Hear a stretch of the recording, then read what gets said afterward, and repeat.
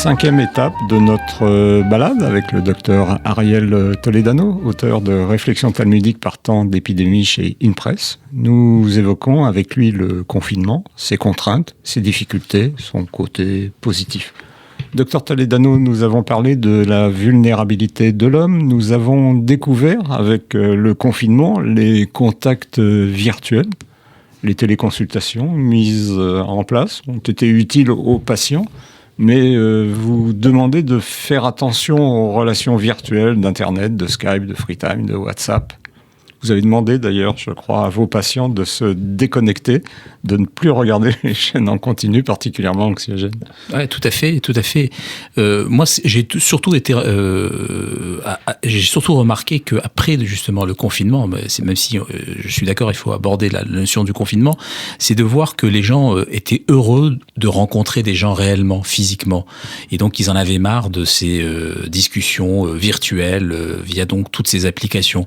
Donc comme quoi le contact physique est quand même très important pour les gens et qu'il soit maintenu. Vous voyez, alors c'est quelque chose d'important. Mais alors, pour en revenir au confinement, j'ai écrit un texte justement qui a été publié dans le Monde des religions sur le confinement et l'importance, en tout cas dans les règles de l'époque talmudique, que quand il y a une épidémie dans une ville, les rabbins du Talmud encouragent les gens à rester chez eux.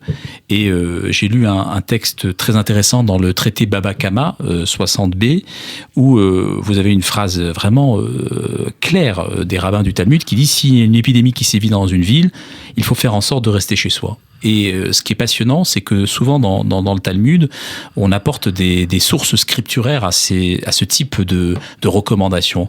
Et en général, on apporte une source scripturaire pour légitimer ce point de vue des rabbins du Talmud.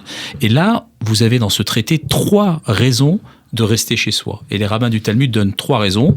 Et la première source scripturaire, elle vient d'un texte de l'Exode, où vous avez Moïse qui va justement avant la dernière plaie qui va s'abattre sur l'Égypte, qui va dire donc au peuple d'Israël, avant la sortie d'Égypte, que pas un d'entre vous ne franchisse le seuil de sa demeure jusqu'au matin.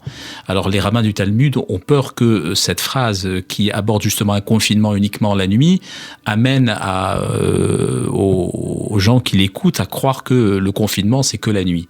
Non, ils veulent aller plus loin, ils vont donner une deuxième source scripturaire, et cette deuxième source scripturaire, ils la prennent encore une fois de ce prophète qu'on a déjà évoqué dans d'autres émissions, qui est le prophète Isaïe, et Isaïe va dire que va mon peuple, alors j'adore cette phrase de Isaïe, va mon peuple, retire-toi dans tes demeures et ferme les portes derrière toi, cache-toi un court instant jusqu'à ce que la bourrasque soit passée. Donc ce besoin de rester chez soi, justement, tant que l'épidémie sévit dans les villes. Et les rabbins du Talmud vont plus loin parce qu'ils s'intéressent également à ce que nous disions, cette notion de sidération des gens à travers ce que nous vivons, et ils disent, certes, dedans, dans les maisons, ça sera la terreur, mais à l'extérieur, l'épée fera des victimes, expliquant bien que certes, on sait que c'est compliqué, que psychologiquement, c'est dur d'être confiné dans un endroit, mais qu'il est préférable, dans un premier temps, d'être confiné pour justement se protéger face aux épidémies. C'est ce que vous dites les effets psychologiques du confinement. Là, bien sûr, pour les talmudistes, avec les angoisses engendrées, sont moins risquées que l'épidémie elle-même. Tout à fait. Et j'aimerais dire aussi, si vous le permettez, quelque chose qui pour moi est très important, que j'ai lu dans le Talmud et que j'évoque dans mon livre Réflexions talmudiques partant d'épidémie. C'est une phrase du traité Ta'anit 100b, et cette phrase, elle est fondamentale à rappeler. Il est écrit dans ce traité: quelqu'un ne doit pas se tenir dans un lieu où il y a une situation périlleuse en arguant que du ciel, on fera un miracle pour lui, peut-être que le miracle attendu ne viendra pas.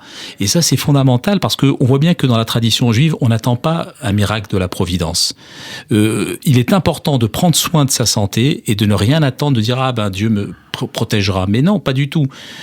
Si Dieu te protège, tant mieux, mais il faut que toi, tu fasses le nécessaire pour protéger ta vie. Et ça, c'est quelque chose de fondamental, et on le retrouve dans de nombreux textes du Talmud, et c'est important à rappeler que, et c'est ce qu'on disait dans une de nos premières émissions, vous prendrez bien soin de votre vie, et ça c'est le besoin dans la tradition juive de considérer la vie comme quelque chose de fondamental et de primordial. Une notion qui sort du Talmud, mais qui quand même était présente dans votre ouvrage, dans votre réflexion. Vous citez le sociologue, anthropologue et philosophe Bruno Latour, qui est professeur à l'Institut d'études politiques, et il explique en fait, et c'est vous qui nous le racontez, que nous restons des babouins qui avons besoin de nous toucher et de nous épouiller. Ah oui, alors ça c'est une phrase que j'ai bien aimée de Bruno Latour, parce qu'il considérait que on ne peut pas vivre de tout ce qui est virtuel, et que évidemment à un moment donné ça agira sur nos esprits. On voit bien que tous ces enfants qui d'ailleurs passent beaucoup de temps sur les iPads, sur les ordinateurs, ça a quand même des retentissements psychologiques. On le sait, on le voit bien.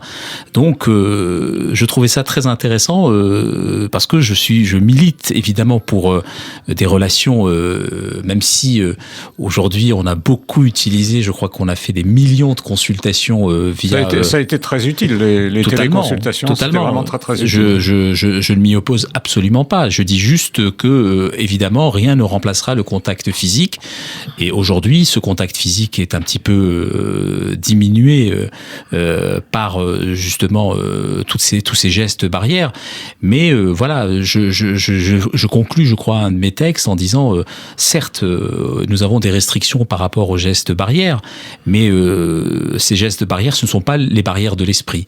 Nos esprits doivent communier, et que on a constaté que ce qui est le reflet de ces épidémies, c'est ce qu'on a appelé cette interdépendance, c'est-à-dire que c'est une grande réflexion d'ailleurs sur la liberté. J'avais encore il y a quelques instants une patiente qui me racontait que sa fille ne vous refusait de porter un masque parce qu'elle estimait que c'était sa liberté qui était en jeu. Mais il n'est pas question de sa propre liberté, il est question aussi de la liberté des autres, c'est-à-dire que prendre soin de ne pas porter un masque ou de ne pas effectuer ces gestes barrières, c'est mettre la collectivité en danger. Et aujourd'hui, c'est quelque chose de fondamental à prendre en considération. C'est les protections que l'on va avoir à notre égard, elles vont avoir aussi des répercussions à l'égard des autres. Et on peut pas réfléchir de manière un petit peu brutale en disant non, c'est ma liberté. Mais non, pas du tout. Aujourd'hui, il faut avoir conscience que nous sommes tous dépendants les uns des autres.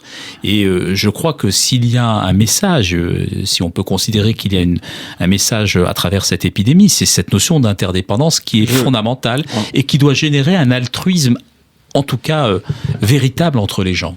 On a surtout évoqué pendant le confinement ou après le confinement les problèmes, les effets psychologiques. Et en fait, vous dites cette période, cette pause forcée de temps long, elle est importante pour certains, pour prendre soin de soi, prendre soin de son entourage et réfléchir en fait au sens qu'on donne à sa vie.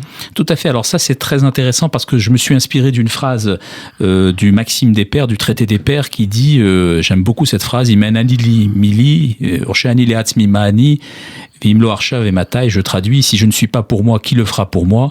Mais quand je me soucie de moi, que suis-je? Et si ce n'est pas maintenant, quand? C'est une très grande réflexion sur les rapports entre le prendre soin de soi personnellement et notre lien vis-à-vis de la communauté. Et puis à un moment donné dans sa vie, il faut passer le cap, parce que si on ne le fait pas, le temps passe, évidemment. C'est une très grande réflexion, et j'ai écrit un chapitre là-dessus en commentant cette phrase du Maxime des Pères, en disant que c'est très important que l'homme doit se soucier de lui, mais s'il se soucie que de ses seuls intérêts, il faut qu'il sache que c'est pas la voie idéale. La voie idéale, c'est aussi de se soucier d'autrui, et c'est fondamental de rappeler que cette crise sanitaire doit être le besoin d'un élan collectif, fondé sur ce que j'appellerais un altruisme authentique. Et vous expliquez quand même, citant Maïmonide, que l'homme est le seul à pouvoir orienter son existence vers le sens qu'il désire. Ah, ça c'est quelque chose de fondamental, et ça c'est Maïmonide qui le dit, c'est que nous sommes, comme le disait Albert Bandura, que l'homme est l'agent actif de sa vie, que s'il le décide, il peut faire évoluer les choses, que les choses ne tombent pas comme ça, il faut vraiment le vouloir, et ça c'est quelque chose de très important à rappeler, qu'on est actif de notre propre vie. Nous retrouvons bientôt le docteur Ariel Toledano, auteur de Réflexions talmudiques par temps d'épidémie chez InPress, pour évoquer avec lui l'importance du dialogue et de la rencontre.